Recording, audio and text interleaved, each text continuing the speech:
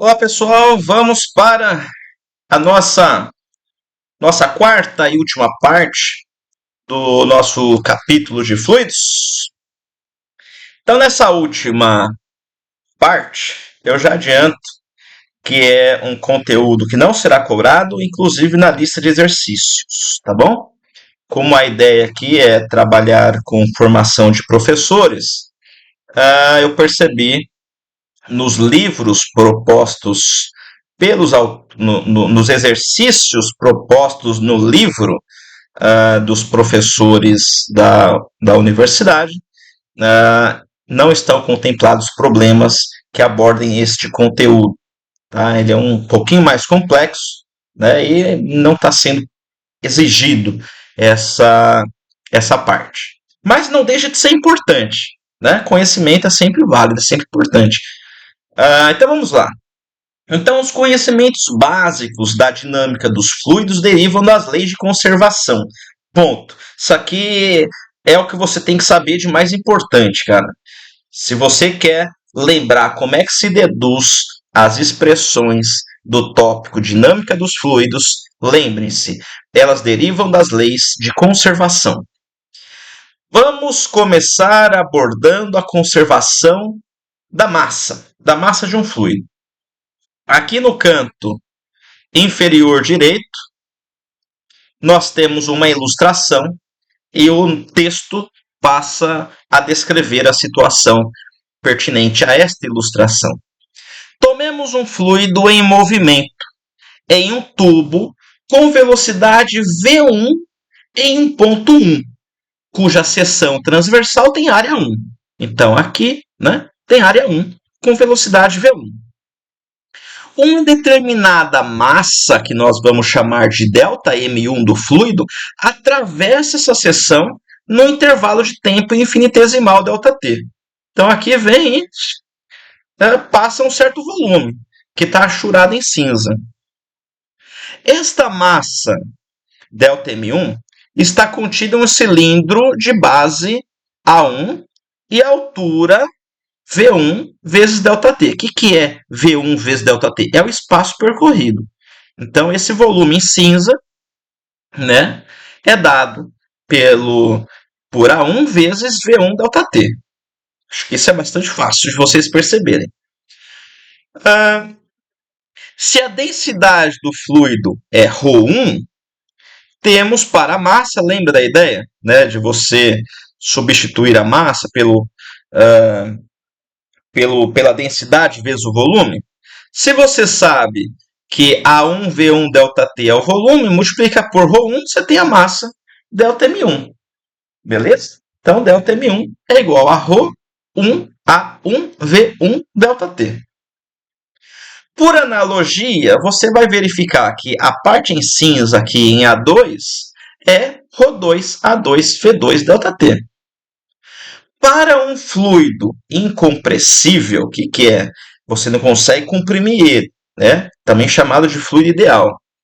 Temos que, olha só, o tanto de fluido que passou por essa área é o mesmo tanto de fluido que passou pela outra área. Né? A massa se conserva. Nesse trânsito aqui, a massa não desapareceu e nem botou massa ali. Né? Então, ΔM1 é igual a ΔM2. Fazendo a substituição, você, considerando que é o mesmo fluido, você vai ter o ρ, né, anulado, suprimido de ambos os lados, ficando apenas com o volume. Né? Para o mesmo intervalo de tempo, um mesmo ΔT, o ΔT também desaparece. Então você vai ter aqui A1V1 é igual a 2V2. Essa equaçãozinha, essa simples equaçãozinha, é chamada de equação de continuidade. A equação de continuidade é obtida abordando a conservação da massa de um fluido, tá? Em sua dinâmica. A constante A vezes V é chamada por nós de vazão volumar, tá? Representado aí pela letra IV, vazão volumar. Tá? Então, a segunda e última conservação que nós vamos abordar aqui é a conservação da energia mecânica. Aqui eu tenho uma nova ilustração, tá? a ideia de você ter uma seção transversal aqui em 2 pontos permanece a mesma, só que a configuração é diferente. Então, olha, consideremos o escoamento de um fluido ideal através de um tubo não uniforme entre os pontos 1 e 2 em um determinado intervalo de tempo ΔT. Aí você vai, eu quero que você pense na massa que passa aqui, ó. A massa que passa aqui e a massa que passa lá, né? O fluido desloca-se no interior do tubo e passa a ocupar a região entre 1 linha e 2 linhas. Então você tem aqui de 1 vai para 1 linha, você tem um volume aqui, de 2 você tem aqui 2 linhas, né? E essa porção do fluido vem para cá, tá? A gente está considerando agora a mesma porção. Essa porção que estava aqui vem para cá, tá? A massa desta parcela de fluido é ΔM, que é ρ vezes ΔV. Se você conhece o volume aqui, né, multiplica pela densidade, você tem o ΔM. Se você conhece o volume aqui, tem que ser o mesmo, né? Vezes ρ, você tem a mesma massa. Neste deslocamento, eleva-se a porção ΔM de Y1, olha aqui, ó, Y1, para um Y2, está numa posição mais alta. Opa, então peraí. Se você tem um corpo aqui e ele é levado para uma altura maior, o que você aumentou aqui? Você aumentou a energia potencial gravitacional.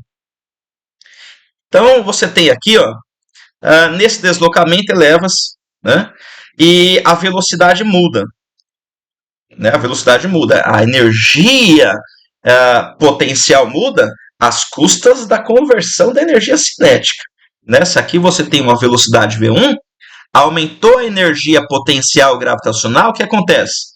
Você fez uso da energia cinética que tinha. Se o fluido não tivesse a velocidade aqui, ele não subia lá. Né? Beleza? Então, a variação da energia cinética... perdão, aqui não é cinética, tá? Aqui tá errado, pessoal.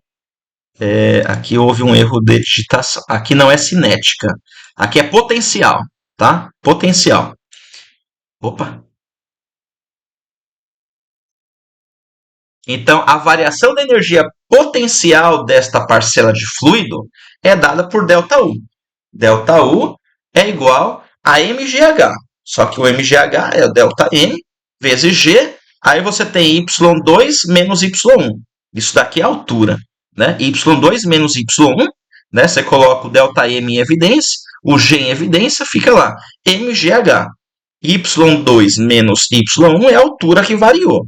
Né? ΔM é a massa. E a variação da energia cinética, o que é? A variação da energia cinética. Energia cinética final menos inicial. A final, que é meio de mv ao quadrado, você tem que a velocidade é v2. Na velocidade inicial é v1. Então, a variação da energia cinética é meio de ΔM, v2 ao quadrado menos v1 ao quadrado. Então, daqui você tem a variação da energia cinética e a variação da energia... a variação da energia potencial gravitacional e a variação da energia cinética. Se você calcula agora o trabalho, né, o fluido à esquerda do ponto 1 exerce uma força sobre a parcela do fluido, o trabalho será qual? Vamos lá, vamos entender bem essa ideia aqui. Ó. Deixa eu pegar aqui a caneta para rabiscar. Olha só. Aqui desse lado tem fluido. Esse fluido vai empurrar o fluido que está aqui nessa região 1. Ao empurrar, ele vai fazer um trabalho. Né? Ele vai empurrar com uma força F1 ao longo de um ΔX1. Então ele empurrou para cá. Empurrou o fluido. Bom, essa força... Se você lembrar que pressão é igual a força dividido pela área, essa força será igual a pressão 1, né, que é a pressão que o fluido tem aqui, vezes essa área aqui, ó. Essa área aqui, que é uma área circular, A1, né, vezes ΔX. Se você tem a base de um cilindro vezes o seu comprimento, você tem o volume desse cilindro. Portanto, o trabalho feito aqui embaixo é P1 vezes ΔV. Da mesma forma, o fluido à direita exerce uma força sobre o ponto 2. Agora, olha só. Aqui você vai ter a área, né? Você tem fluido à esquerda dessa área em vermelho, e esse fluido ele faz uma força para a esquerda, não faz? Então o trabalho aqui vai ser negativo. Você tem uma força para a esquerda e você vai ter esse fluido deslocado de um ΔX2.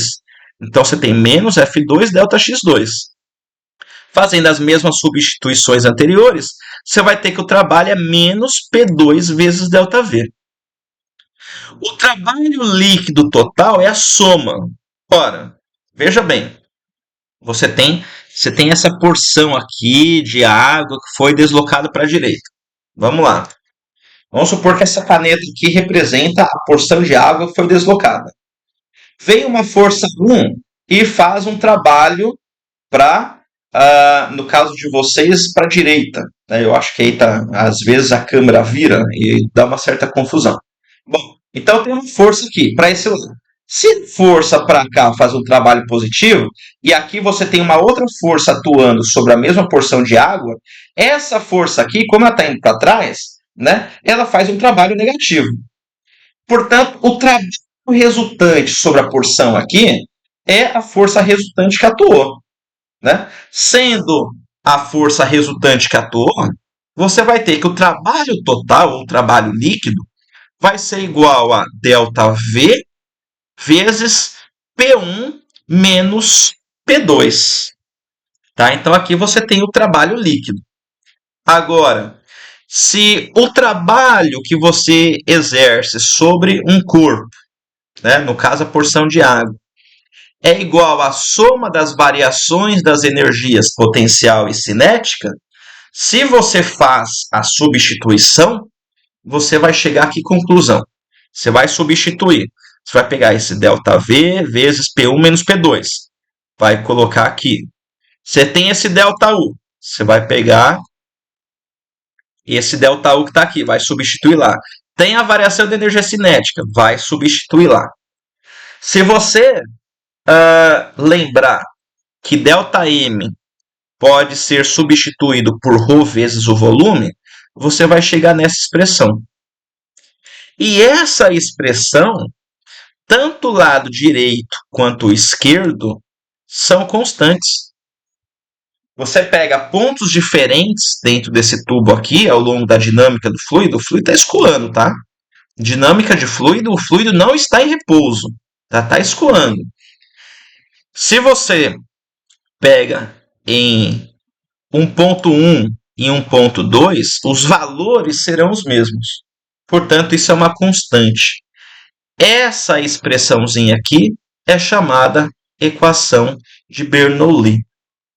Daí no livro de vocês, que eu vou deixar para a leitura de vocês, ele coloca algumas situações. Se o líquido estiver em repouso, o que acontece? Opa, líquido em repouso você não tem isso. Aí você vai ter uma certa consequência. Se o líquido estiver em movimento, eu não sei como é que dá Ctrl V aqui, Ctrl Z, mas enfim, ignora que eu fiz esse X aqui. Como é que eu desfaço isso?